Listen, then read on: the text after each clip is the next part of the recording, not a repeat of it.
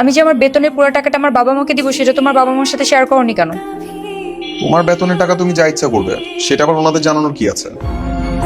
অবশ্যই বলার আছে। তুমি এটা তাদের সাথে শেয়ার করতে পারতে না? প্রসঙ্গ আসেনি তাই ওটা নিয়ে কোনো কথা বলিনি।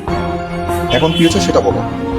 সমস্যা হচ্ছে তোমার মা ধরে বসে আছে আমার পুরো বেতনের টাকাটা এই সংসারে খরচ হবে, এবং তিনি এটাও প্ল্যান করে বসে আছে ওই টাকা দিয়ে এই মাসে একটা ফ্রিজ কিনবে, এবং আমাদের দুজনের বেতন দিয়ে কিভাবে পুরো মাস চলবে সেটার হিসাব নিকাশ করে বসে আছে। আচ্ছা ঠিক আছে, আমি তাদেরকে বলে দেবো।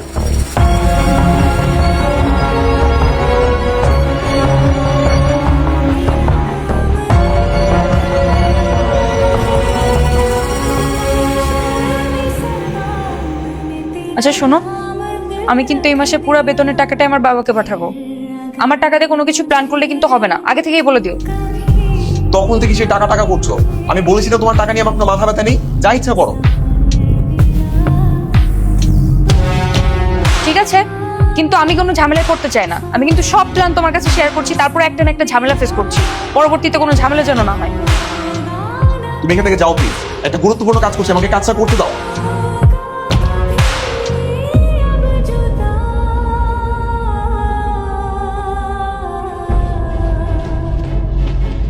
এই শুনছো? শুনছি, বলো কি বলবো। আর এই বৌমা নাকি তার বেতনের সব টাকা তার বাপ মারে দিয়ে দিবে।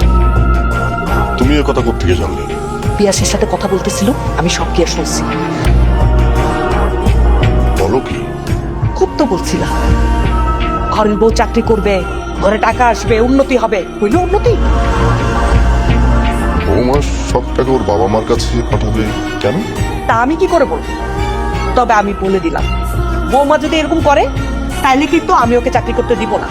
ঘরের বউ ঘরে থাকবে, ঘরের কাজ করবে।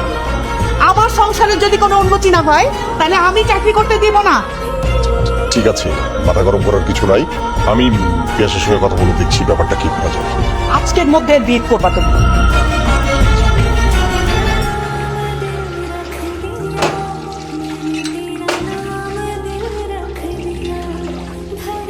তোমার কতক্ষণ কাজ করবা? অফিসে দেরি হয়ে যাচ্ছে তো। আমি বাইক বের করে জলদি চলে আসো। আচ্ছা ঠিক আছে, তুমি যাও, আমি আসতেছি।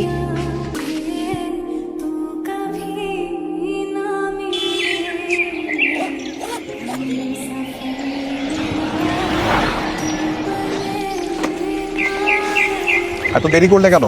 কয়টা বাজে দেখেছো? সেই তো এখন আবার বলবে মা বাবার সঙ্গে দেখা করতে যাবা। কি ব্যাপার, তোমার কি কোনো কারণে মন খারাপ? তোমার মা চায় না আমি জব করি। আমাকে আজকে অফিসের জন্য বেরোতেই দিচ্ছিল না, আমি জোর জবরদস্তি করে অফিসের জন্য বেরিয়েছি। কেন? এমন কি হয়েছে যে মা তোমাকে অফিসে যেতে নিষেধ করবে? সেটা তোমার মাকে যে জিজ্ঞাসা করো। আমি তোমাকে বারবার বলেছিলাম আমার বেতনের বিষয়টা নিয়ে তোমার বাবা মার সাথে শেয়ার করো, কেন করোনি তুমি? আচ্ছা আমি না সরি, এতদিন তো মাকে কিছু বলা হয়নি।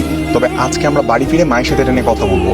তুমি প্লিজ এখন আর রাগ করে থেকো না, তাকে এমনিতে অনেক দেরি হয়ে যাচ্ছে। চলো আমরা এখন যাই, প্লিজ চলো। চল। আসো, ব্যাগটা ধরো।